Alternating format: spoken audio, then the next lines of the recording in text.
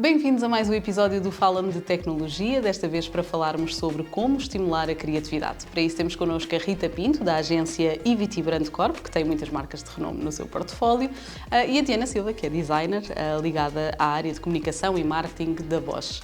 Fiquem connosco para saber como estimular a criatividade.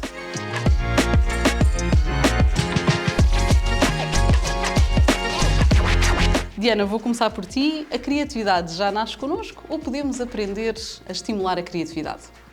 Então, é uma bela questão essa, porque eu ainda ontem falava sobre o assunto e achava que na minha vida, eu acho que ela sempre esteve presente. E olho bastante também, por exemplo, para o meu filho e acho que a criatividade, e desde que nós somos muito pequenos, que está muito presente na nossa vida, no dia-a-dia, na forma como tu lidas com as tuas brincadeiras, o que tu fazes, e isso arrasta-se muito se ela for estimulada. E eu acho que a minha sempre foi estimulada, portanto eu não me lembro de não ter esta parte mais criativa na minha rotina, basicamente. Digamos que é um mix, não é? Já Sim. nasce contigo, mas de alguma forma tem que ser estimulante. Sim, estimulante, sim, eu acho que é muito importante fazê-lo. Rita, partilhas da mesma opinião? Também Eu foi uma acho coisa que que já partilho, nasceu sim. contigo? Eu não sei personificar muito bem em mim, mas concordo com o que a Diana diz. Eu acho que a criatividade é uma forma de encarar as coisas na vida. E acho que nasce muito em criança e o desafio depois é também não perder essa multiplicidade de opções, porque para mim, e naquilo que é a nossa atividade de forma geral, criatividade é fazer mais e melhores ligações entre ideias que a gente já cá tem na cabeça. Para que depois consigamos a chegar a outputs mais relevantes. E a criatividade é um exercício, tem um bocadinho de ciência por trás, não é? Portanto, é esta estimulação constante que acho que temos que ter, mas muito focada. Mas acho que é uma atitude perante tudo na vida. Acho que não está só associada à disciplina do design nem da comunicação, mas sim o procurar soluções para se chegar a um output com mais qualidade. E como é que se estimula? Mesmo ao longo da vida, não é? Que é disso que estamos a falar. Eu sinto que é não perder. Acho que não devemos encher a cabeça com preconceitos. Acho que é um desafio, não é? Ainda para baixo numa área muito profissional e nós lidamos depois com marcas e com clientes que são muito institucionais, muito conservadores, muito formais e têm obrigações muito conservadoras, passa a redundância, mas têm stakeholders depois que obrigam a decisões muito ponderadas, com muito risco associado, e é preciso nós desprendermos um bocadinho dessas prisões todas depois que o processo profissional e com risco associado nos vai metendo e libertarmos um bocadinho. E acho que vamos falar um bocadinho mais daqui a nada, mas a forma também de desbloquear é mudar o jogo, é mudar o cenário. Mas deixar que essas ligações que temos que fazer na nossa cabeça não deixem de acontecer. Porque acho que é mesmo uma atitude criativa, é resolver um problema, seja de natureza seja, não é? É um bocadinho por aí. Isto para dizer o quê? Acho que nasce connosco qualquer coisinha, uns com mais, outros com menos, Sim. mas depois o estímulo é que depois vai fazer com que nós utilizemos essa ferramenta mental com mais ou menos sucesso. Eu acho que é por aí. Eu, por exemplo, por acaso ia falar sobre isso, que acho que ou a altura em que eu acho que me sinto mais criativa é quando eu estou aborrecida e tenho que quebrar o aborrecimento, seja no trabalho porque as tarefas estão muito metódicas, muito mecânicas e por alguma razão eu já estou, não é? É tudo muito sistemático e tu tens que quebrar e então dar a volta ao tema. Ou seja, e muitas vezes, eu não sei se não é no nosso dia-a-dia, não só na questão do trabalho, eu acho que o aborrecimento é uma chave importante para dar aqui força à criatividade, que é quando tu te sentes mais aborrecido, tens que pensar em algo que faça algo diferente, que te dê alguma genica para o resto do teu dia, ou para a tua semana, ou para o teu fim de semana, ou para o teu trabalho. E esse aborrecimento eu acho que é assim um bocadinho a chave para depois ter ali um input de criatividade ou de uma ideia genial, ou que não seja genial, mas uma ideia diferente e aquilo que já é o normal e da rotina. Olha, que outros exercícios é que praticas para desbloquear aí a mente? Ora bem, eu tento ao máximo, por exemplo, nessas alturas não consumir redes sociais, acho que é muito importante, porque quanto mais eu fico absorvida por toda aquela informação tão rápida, isso bloqueia-me a criatividade. Então opto muito pela parte das letras, de ler, porque eu acho que ler me cria muito cenários e para mim, lá está, talvez ler me tenha feito isso, que é criar um cenário. Eu gosto muito mais de ler, por exemplo, do que ver uma série. Às vezes quando vejo o filme de um livro que li, penso sempre, não, eu não imaginei nada disto, na minha cabeça era tudo bem melhor, não é? Mas acho que é muito mais por outras artes. Muito cinema, lá está a leitura, o ir ver exposições, adoro caminhar, que eu acho que é sempre uma limpeza para tudo. Mas sim, acho que aí eu quebro muito o aborrecimento com esse outro tipo de... Não ver outro design ou ver outra comunicação, mas sim absorver outro tipo de arte. E tu, Rita? Como é que te distancias aqui um bocadinho de um bloqueio? É interessante ouvir a Diana, porque eu estava a ouvir a Diana e estava a pensar... Quer dizer, nós na Ivity, e só consigo falar com propriedade daquilo que fazemos na Ivity, e acho que o pensamento é mais ou menos semelhante, e estava a pegar na Diana, o aborrecimento é verdade, porque nós sentimos muita desinspiração, e eu sei que isso é uma questão, o estar desinspirado, essa falta de motivação, aquilo que falavas, do ir à procura do energy booster para o meu fim de semana, para dar um arranque num projeto, ou o que seja, isso é importante, mas sofremos também do mal contrário, que às vezes o ver demasiadas referências também enche muito a cabeça e é prejudicial ao processo criativo, porque eu até me recordo uma vez que isto por acaso nem veio escrito, mas recordo do Ricardo Araújo Pereira dizer que a criatividade tem espaço quando a gente está no sofá com as mãos dentro das calças. Parece um bocado mal, mas isto é verdade, é a pessoa estar um bocadinho liberta de estímulos e referências mentais que é inevitável vermos todos os dias. A Diana dizia, vão afastar das redes sociais. Isto é aplicável aos designers e às pessoas que trabalham na Ivity. O estar constantemente a ver conteúdos, referências, estímulos diferenciadores faz com que depois, também o nosso processador também não consiga ter espaço para focar, para traçar um caminho e para atacar uma ideia. Isso também é uma questão. E existe, sinto eu, também o processo contrário, que é, às vezes estamos numa aridez tal em que existe uma boa ideia, mas não conseguimos executar a expressão. E se é uma boa ideia, se temos essa convicção, então aí sim, vamos ver o que é que melhor se anda a fazer por aí. Sim, vamos ver o que é que uma Low Follins anda a fazer, uma Unlock, uma Pentagram, e pode ser que lá está, que isso estimula as nossas próprias ligações que temos de fazer no cérebro e vamos conseguir arranjar um ou outro caminho alternativo para atacar uma boa ideia, porque depois isso também é diferente, a ideia da expressão. E isso tendemos a dizer na Ivity, que é, tens uma boa ideia, se a ideia está certa, não largue já, só porque não estás a atinar com a expressão. E essa é uma questão muito, muito premente para nós, que somos eminentemente estruturalistas, e se a ideia está certa estruturalmente, vamos procurar a melhor expressão. E aí podemos andar a sondar, ir um bocadinho para a arte. A arte é um desbloqueador incrível, seja no que for, e às vezes para imputar nos próprios projetos, mesmo um bocadinho de arte, que ajuda a simplificar conceitos. E há outra coisa que os designers deviam fazer mais, na nossa opinião. Eu não sou designer de profissão, mas tive essa disciplina, tenho esse passeio, tenho essa sensibilidade também, que é largar o rato. Às vezes nós sentimos que é mesmo preciso, e até eu, às vezes, quando estou a estruturar planos e alinhamentos de coisas, largar o rato, ir para o analógico, pegar no lápis. E isso ajuda um bocadinho a pensar, porque distingue a ideia da expressão. E isso obriga o designer, o criativo, o profissional a concentrar-se melhor e a focar-se melhor no caminho que precisa de seguir. E a nível de espaços físicos, de espaços virtuais, existe algum tipo de características que devemos adotar para conseguirmos ser mais criativos? Eu sinto que posso falar por mim, porque é a minha casa profissional e revejo-me nisso há 11 anos e por isso também tenho essa propriedade para falar. Acho que os espaços têm que ter atitude. E atitude depois quer dizer várias coisas, mas é com mais pessoas, é com mais marcas. As coisas têm que ter uma atitude, uma personalidade, porque senão é tudo benzinho, é tudo bonitinho e confortável, mas um bocadinho inócuo. E com isto eu quero dizer o quê? Misturar um pouco de passado e futuro. No meu entender, os espaços têm que ter as convicções da organização.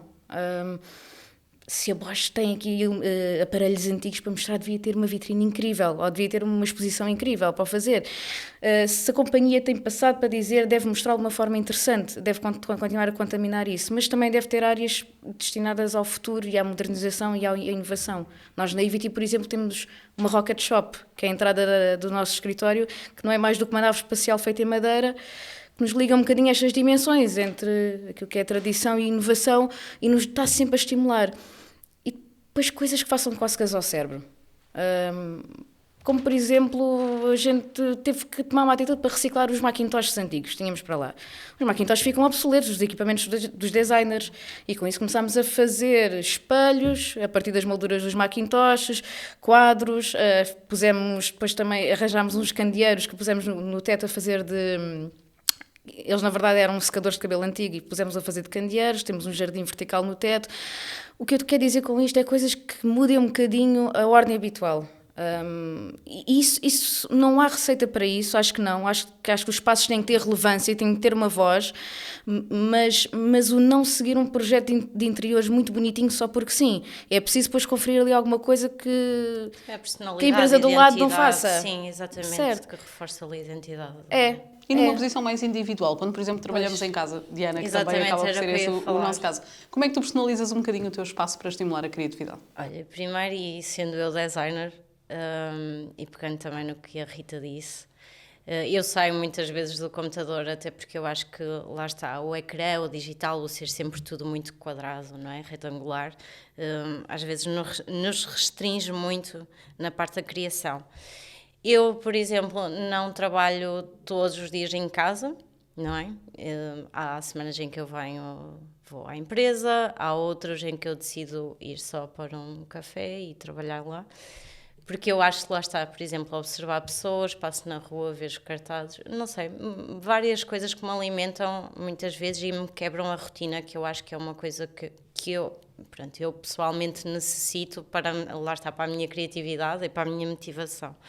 Portanto, não acho também que haja um segredo e é muito também, é isso, acho que é muito pessoal a forma como tu te sentes, aquilo que te faz sentir mais expansivo depois nas criações, portanto, acho muito importante não haver uma rotina fixa, ainda por cima falando como criativa, porque senão vai ficar tudo muito dentro da caixa e nós precisamos. Isso significa que estás sempre a mudar a mobília no teu quarto se for onde tu trabalhas? Pois, por acaso isso acontece algumas vezes e é engraçado, mudo muito os quadros que estão em frente a mim, por exemplo, às vezes mesmo trabalhando em casa mudo de compartimento. Não gosto de estar sempre no mesmo. Luzes mais claras, mais escuras, sempre mais claras. amarelas. Eu gosto muito de luz natural, portanto tento sempre trabalhar muito perto da janela, por exemplo. Eu tenho uma situação muito engraçada que é, eu tenho umas obras muito grandes em frente da casa, que é do mercado municipal, eu não, portanto, sou da terrinha, e então eu digo que são os meus coworkers, porque são os trabalhadores e todos os dias eu penso, epá, e vou lá observar, a arquitetura está incrível, por acaso, e acho incrível a metodologia deles, por exemplo, e comento muito isso e vou vendo o desenvolvimento da obra e acho sempre, eu não tenho colegas fisicamente todos os dias comigo, mas tenho ali os meus coworkers, que acho que 8 estão a trabalhar, 5 vão embora, portanto, e acaba por ser engraçado e quem sabe também estimula a tua criatividade. Exatamente, exato. Não tenho dúvidas. Não tenho dúvidas. Falemos de ferramentas e aplicações, ferramentas digitais e aplicações. O que é que vocês usam no vosso trabalho e o que é que pode ajudar também a estimular a vossa criatividade nesse sentido? Usam inteligência artificial no vosso trabalho? Enfim, outro tipo de ferramentas? Diana, se calhar. Pronto, então, em relação à inteligência artificial, é assim, eu não sou contra e acho que nos tem muita coisa a dar. Usas? Sim, facilita uso, o teu trabalho? claro, uso, facilita bastante. Não tenho aquele medo, vou ser substituída. Talvez um dia, não se calhar com a minha geração, mas talvez um dia isso aconteça. Mas acho que é bastante útil. Lá está, antigamente eu ia para a biblioteca estudar e fazer os trabalhos e usava muitas cartolinas. Hoje já uso o Google para fazer pesquisas e alimento-me de imagens já disponíveis na internet. E agora temos a inteligência artificial que, para além daquilo que nós temos disponível, nos ajuda a desenvolver ainda mais o trabalho. Não só, pronto, claro, tem os seus contras, mas acho que é uma ferramenta bastante útil. E pronto, e claro, uso todos os programas que os designers usam, que à não é? disposição eu uso tudo. Exatamente. E tu, Rita, és uma adepta? Sim. Facilita o teu trabalho também? Facilita o meu trabalho e o trabalho do resto da organização do processo criativo. E pego no que a Diana estava a dizer, é preciso ter cuidado, há riscos, e acho que já podemos depois falar um bocadinho deles, mas sim, vai tirar o ónus de execução, de horas de execução, para tentarmos ver se, para testar se uma ideia é boa ou não. E eu sei que a ideia é diferente da expressão, sim, mas tira-nos essas horas de trabalho para fazermos um reality test à coisa. E o que é que nós sentimos? É que a magia está nos prompts. Exatamente. O saber dominar a máquina, não deixar que a máquina se sobreponha ao nosso pensamento estruturalista onde é que nós queremos chegar. E porque também sabemos que estamos a trabalhar para um cliente, para um projeto, para um organismo que não é o nosso, e temos de ter sempre esse cuidado de não deixarmos de o tornar proprietário para o cliente. Mas sim, os designers só deverão ter medo serão os futuros prompters, acho que é um bocadinho por aí.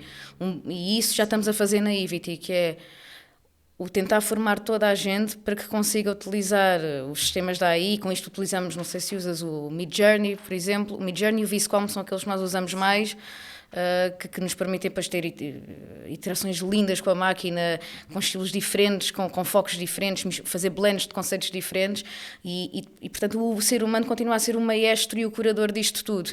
E, portanto, nós ainda não vemos de todo uma substituição direta, sim. de todo mesmo. É preciso mesmo aqui um bocadinho high-tech, high-touch, sempre.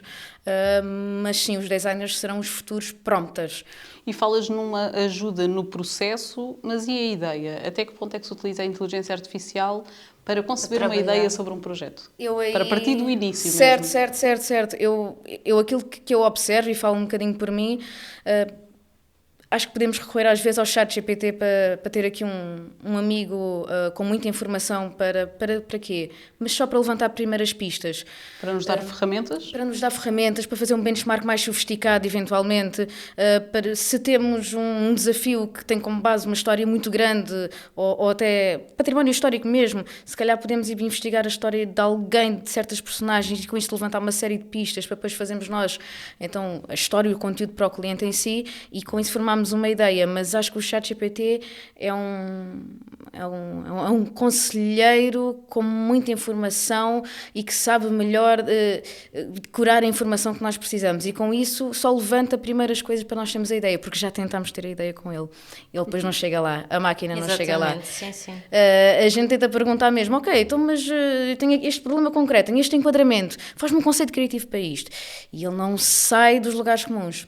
Portanto, nós para darmos aquele extra mile... uma fase de alimentar, não é? O gosto vem de nós e não dele, sim, também acho, concordo. Ele serve para nos mostrar assim, coisas sim, assim ao lado. É uma ferramenta. Eu acho mesmo, eu levo muito, lá está, a inteligência artificial como uma ferramenta de trabalho, tipo um ajudante, não é? Tenho um amiguinho que me dá umas pistas, mas não faz o trabalho por mim, e acho, pronto, lá está, tira horas de trabalho, portanto, não é, de processos às vezes um bocado mais morosos e que não valem a pena o nosso tempo. É mais um coworker, tens imensos. Exatamente. Mas por exemplo, sozinha. Até o desafio de nós termos que traduzir um conceito criativo. Às vezes o traduzir não é a letra e perdem-se coisas no meio, e às vezes o ChatGPT pode ser um belíssimo ajudante nesse sentido, porque ele vai nos buscar expressões que nós depois conseguimos cozer de outra forma. Sim.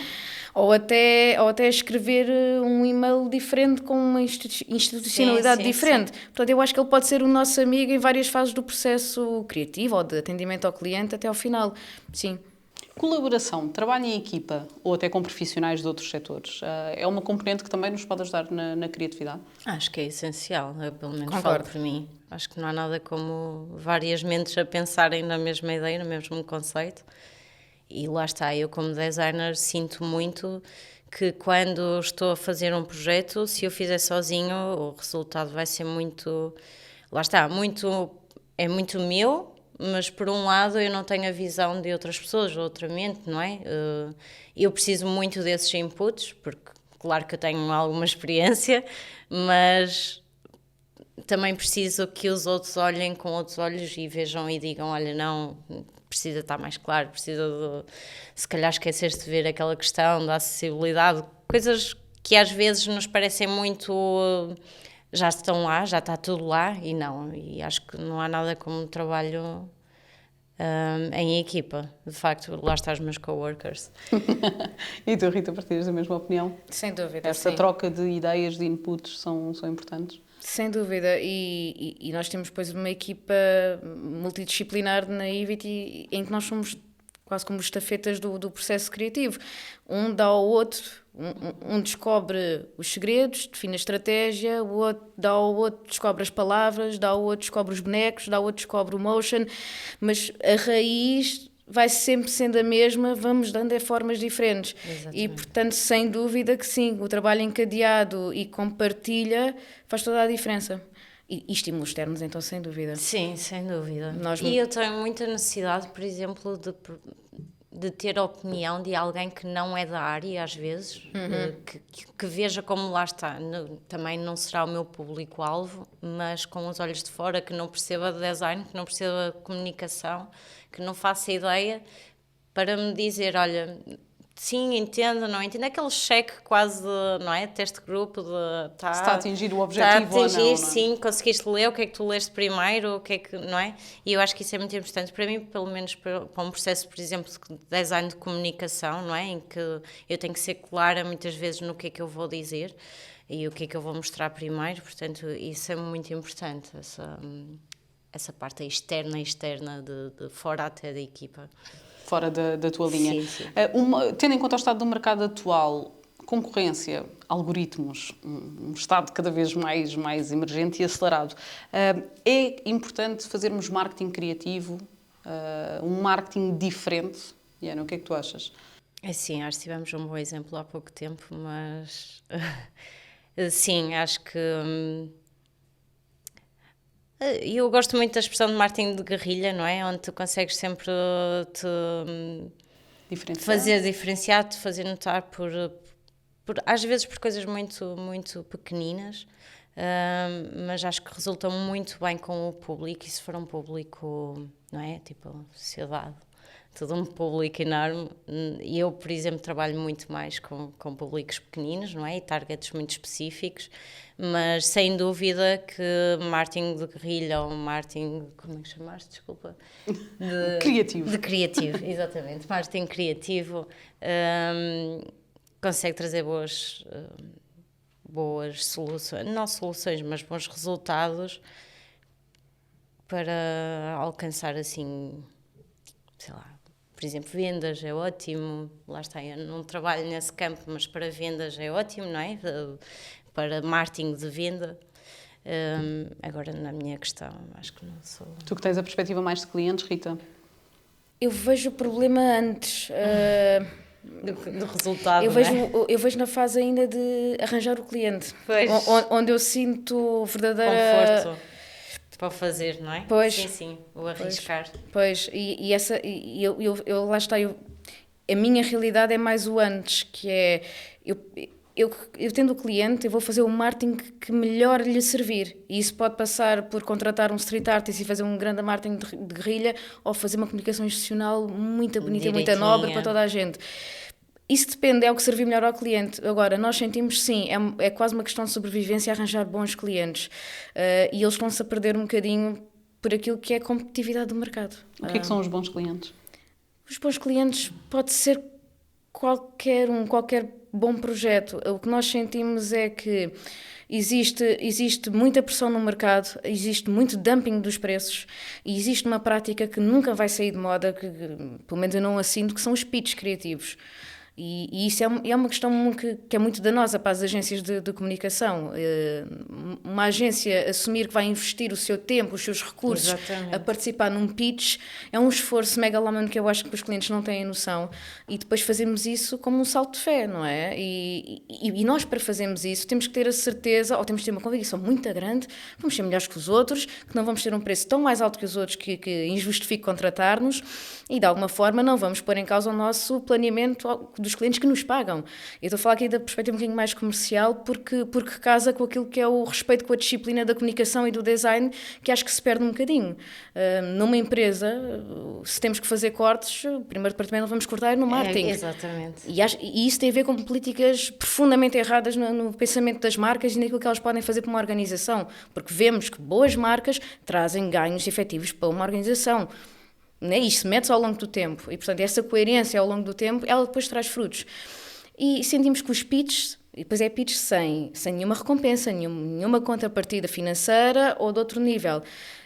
E isto cria realmente uma pressão gigante no mercado em que empresas, se calhar como nós, como a EVT, que assumimos um posicionamento um pouquinho diferente, vemos que não temos capacidade para estar a competir aí. E vemos grandes clientes, grandes marcas, projetos muito interessantes, que nós nos víamos perfeitamente a fazê-lo acontecer para o cliente, a fugirem-nos nos dedos, porque esse depois já começa a ser uma área onde já impera muita perversidade do ponto de vista comercial e de relação íntima com clientes. Tendo em conta esse mundo que estás a dizer, Rita, perguntava-te, Diana, se também és da opinião de que, ou qual é a tua opinião sobre o facto das empresas já valorizarem a criatividade para o crescimento das próprias organizações?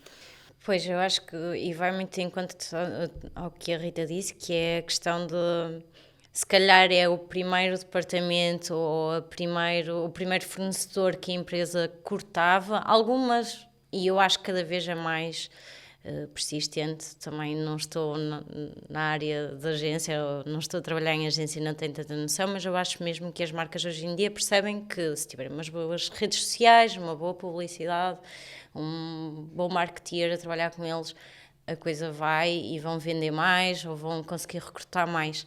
Mas, de facto, eu acho que foi preciso um longo processo para acreditarem nisso e verem muitos exemplos. Lá está, os clientes que querem arriscar, que não têm medo, que querem sair da zona de conforto, mas é preciso investir e eu acho que as empresas nem sempre pensam nessa questão do investimento do género, ok, nós vamos investir numa tecnologia aqui para a linha de fábrica, para o chão de fábrica, mas não vamos investir ali que nos traz mais trabalhadores, por exemplo, ou não vamos investir ali que vamos vender mais produto. E lá está, se calhar sofremos em primeira, não é? Na primeira linha estamos nós e somos cortados, mas por outro lado as empresas e as marcas que realmente reconhecem esse valor conseguem notar resultados, porque de facto depois a marca já se começa é a valorizar. Vista, claro. Sim, sim. Vou ter que terminar, mas vou terminar com os vossos conselhos para os jovens criativos que estão a começar, que estão a trabalhar um bocadinho nesta área. Que conselhos é que vocês deixam para os futuros grandes masters da criatividade? Ui, isso é uma grande questão. Não sei, eu falando por mim, eu passei por várias fases, trabalhei em agência, trabalhei como freelancer, trabalhei em empresas grandes, numa startup também,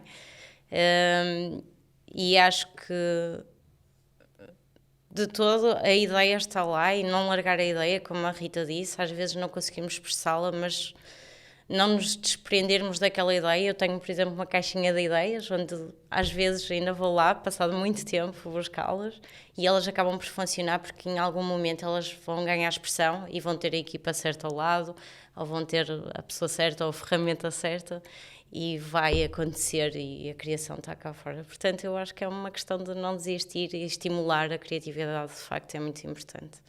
Rita, conselhos? Sim, acho que voltamos um bocadinho àquela parte da conversa e eu nem imagino a cabeça dos jovens que saem hoje das escolas e acredito nas milhares de referências que eles devem ter na cabeça. Eu acho que eles deviam aprender o que é o espaço, o vazio, o silêncio, o papel, porque sabemos que do outro lado vai haver muito desequilíbrio da balança, não é? Sabemos que vai ser impossível, portanto eu acho que eles deviam aprender um bocadinho. E já começa a ficar na moda o slow living, acho que se devia incutir um bocadinho isso. Pensamento em silêncio, deixar o espaço invadir os milhares de notas que estão aqui na nossa cabeça a ecoar e largar um bocadinho o rato. Acho que sim. Relevância, estrutura mental e um bocadinho de silêncio a entrar naquelas cabeças. Acho que sim. Ficam aqui os principais conselhos para todos aqueles que trabalham com a criatividade. Este foi mais um episódio do Fala-me de Tecnologia. Fiquem atentos.